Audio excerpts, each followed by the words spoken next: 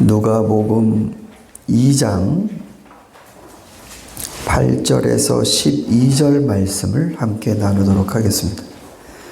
누가복음 2장 8절에서 12절 한 절씩 읽겠습니다.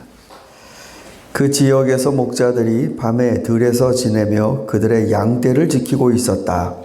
그런데 주님의 한 천사가 그들에게 나타나고 주님의 영광이 그들을 도둑이치니 그들은 몹시 두려워하였다. 천사가 그들에게 말하였다. 두려워하지 말아라. 나는 온 백성에게 큰 기쁨이 될 소식을 너희에게 전하여 준다. 오늘 다윗의 동네에서 너희에게 구주가 나셨으니 그는 곧 그리스도 주님이시다. 너희는 한 갓난아기가 보대에 쌓여 구유에 뉘어 있는 것을 볼 터인데 이것이 너희에게 주는 표징이다. 아멘. 베들레헴에 호적을 하러 가서 거기에서 아기 예수님을 출산하였습니다. 그러나 그 베들레헴 지역의 목자들이 들에서 양을 치고 있었던 모양입니다. 목자들은 종종 양을 낮에는 바깥에서 저녁에는 집에서 이렇게 근거리에서 치는 그런 것뿐만 아니라 멀리 심지어는 계절을 멀리 떠나서 양을 치기도 하지요. 이 목자들은 그날 밤을 새서 그 양떼를 지키고 있었습니다. 근데 그때 한 천사가 나타났습니다. 어디 천사가 일상적으로 볼 수 있는 그런 대상이 아니지 않습니까? 너무나 놀랍고 두려웠습니다. 그런데 이 천사가 하는 말이 두려워하지 말아라. 나는 온 백성에게 큰 기쁨이 될 소식을 너희에게 전하여 준다. 큰 기쁨이 될 소식. 이거를 두 글자로 하면 복음이라고 합니다. 복된 소식, 기쁜 소식. 두려워하지 말아라. 너희가 정말로 기뻐할 소식을 전해준다. 복음입니다. 그러면서 오늘 다윗의 동네에서 너희에게 구주가 나셨으니 그는 곧 그리스도 주님이시다. 아니 선지자 이사야도요. 오늘 우리가 말씀에도 읽었습니다만 나의 종을 보라. 그 선지자가 BC 800년 사람이에요. BC 800년. 그러니까 예수님 태어나기 전 800년 전이죠. 그때 예언을 합니다. 오늘 나의 종을 보라. 그는 이렇게 소리를 높이지 않고 상한 갈대를 꺾지 않고 이 땅에 나의 공의를 세울 것이다. 먼 나라가 찾아와서 그에게 엎드릴 것이다. 그게 언제냐고요? 그게 언제? 그게 800년이 지나면 누가 기억하겠습니까? 아브라함에게 주신 약속을 대대손손 이어져 가면서 이집트에서 400년간 종살이를 할 때 나중에 이스라엘 백성들이 자기가 이집트 사람들인지 이스라엘 사람들인지 분간 못하죠. 그러니까 언제 이루어지는가? 그런 말은 듣긴 들었는데 그게 언젠가? 그러니까 너무나 약속이 안 이루어지면 전설이 돼버립니다. 옛날에 그런 일이 있었대더라. 전설이 된다고요. 우리랑 지금 아무 상관이 없는 오래전에 그런 일이 있었대더라. 선지자가 그 종이 와서 그렇게 구원하신다고 했는데 그건 뭐 전설이죠. 근데 천사가 나타나서 오늘이라고 말을 하는 겁니다. 오늘 드디어 왔다.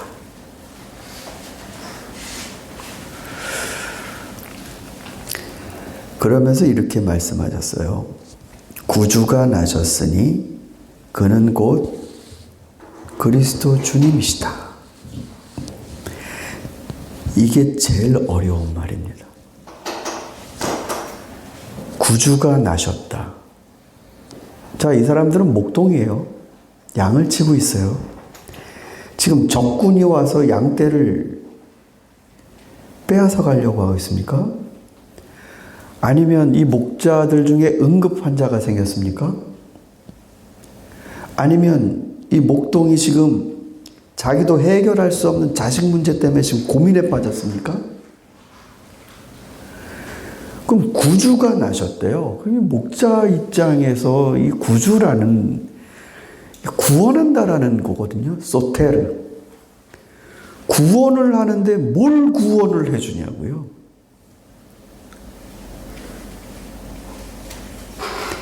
구주가 나셨는데 난 지금 뭐 그렇게 딱히 어려운 상황이 아닌데 내가 지금 예를 들어서요. 복음서를 읽으면 예수님을 정말 간절히 찾는 사람들이 나오지 않습니까? 그 하나같이 다 어디 아픈 사람들, 자식 때문에 라이프타임 고통을 갖고 있는 사람들, 이런 사람들이 와서 절실히 찾지요, 예수님을. 12년 동안 혈루병 걸려갖고 의사 찾아다니면서 돈 다 쓴 여인들. 정말 절실한 사람이 찾아와서 예수님께 저 좀 어떻게 좀 해주십시오.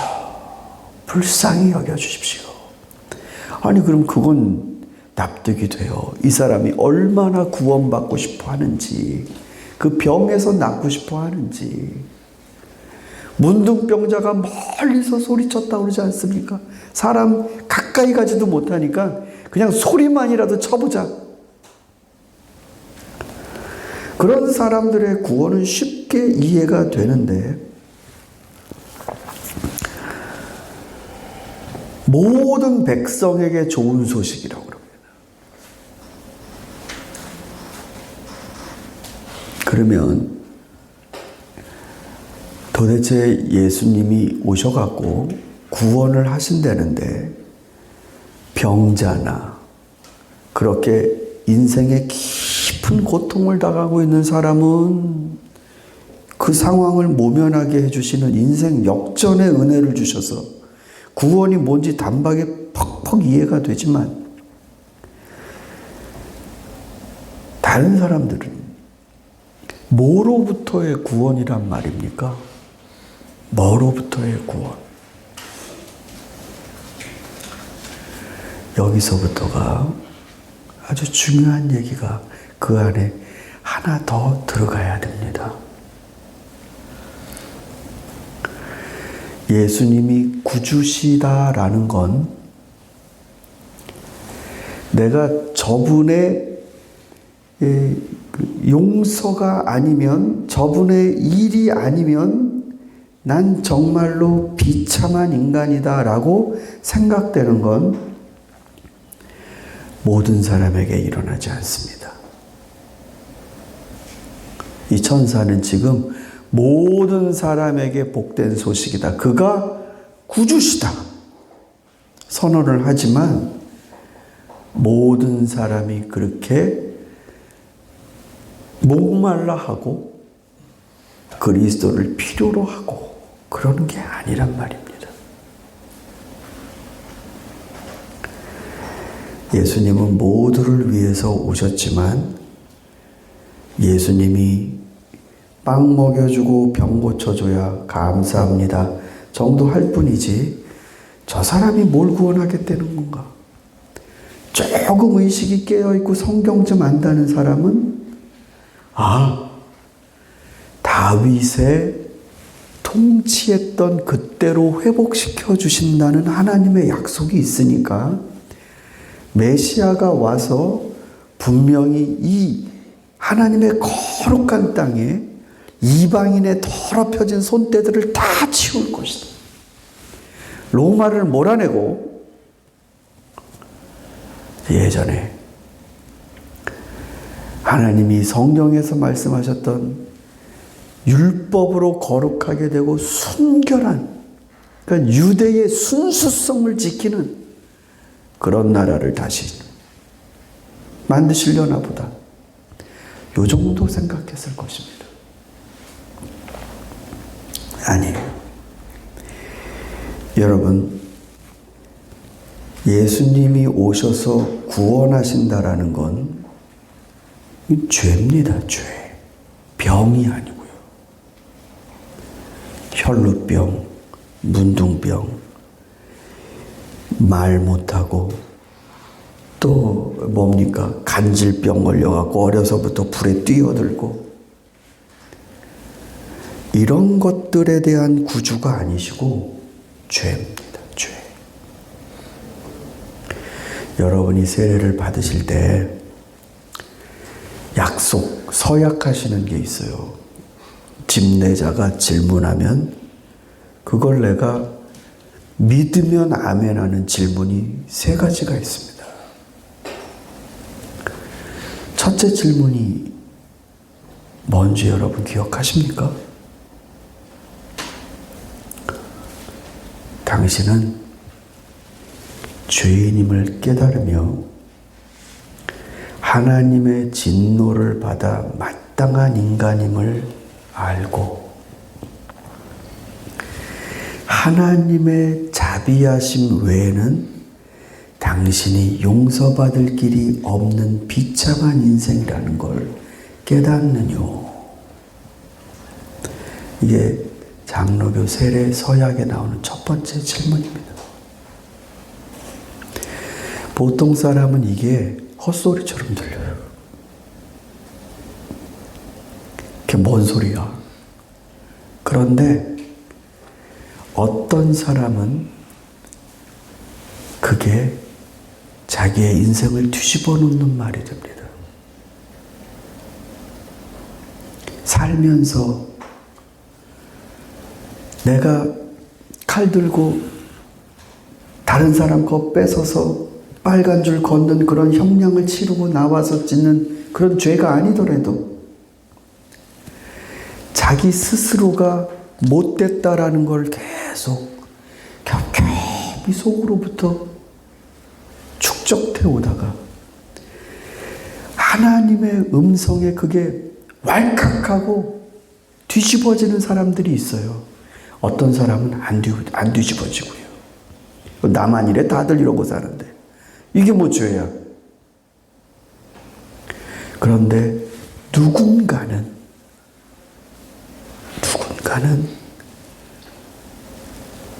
그 값을 마음에 깊이 알고 살다 하나님의 은혜를 만나서 뒤집어져요. 자기가 알거든요. 죄인이라는 걸. 그래서 바울은요, 이렇게 말했습니다. 로마서 10장에서 당신이 만일 예수는 주님이라고 입으로 고백하고 하나님께서 그를 죽은 사람들 가운데서 살리신 것을 마음으로 믿으면 구원을 얻을 것입니다. 사람은 마음으로 믿어서 의에 이르고 입으로 고백해서 구원에 이르게 됩니다.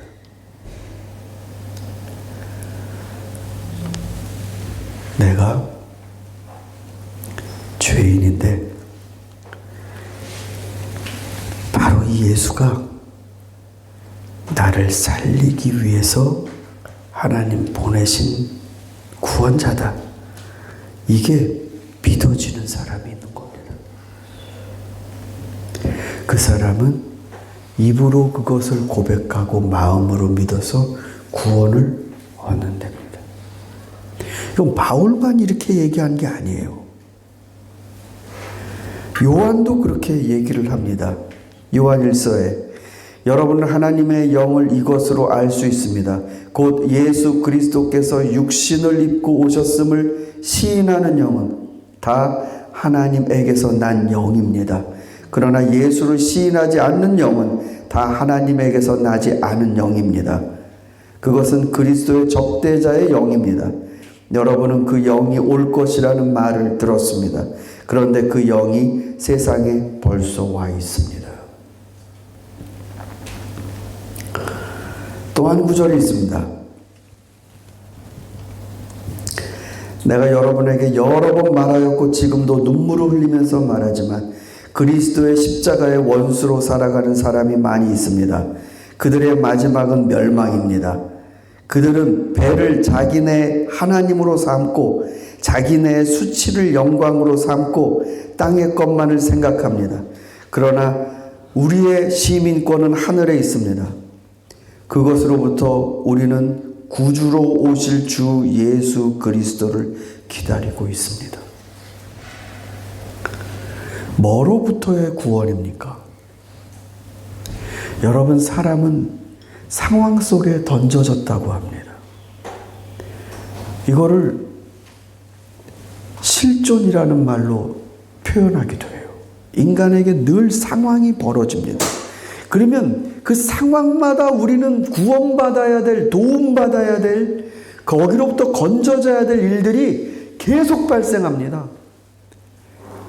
10대 때, 20대 때, 30대 때, 아니 60대, 70대, 80대, 90대가 가도 구원받을 일이 계속 발생한다고요. 누가 나 도와주지 않으면 큰일 날 일들이 계속 발생한다고요.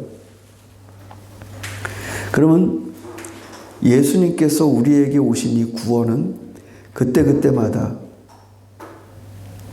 우리를 상황 속에서 건져주신다는 뜻입니까? 너희에게 오늘 아주 좋은 소식이 왔다.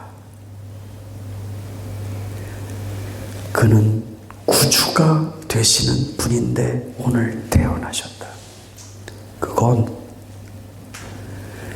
바로 여러분이, 제가 어떤 상황에서도 계속 쌓았던 이 죄,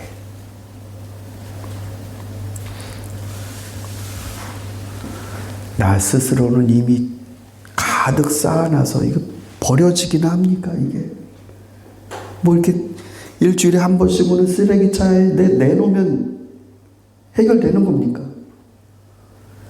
이건 수거가 안 돼요. 그래서 진노받아 마땅하다는 겁니다. 증거인멸이 안 돼요.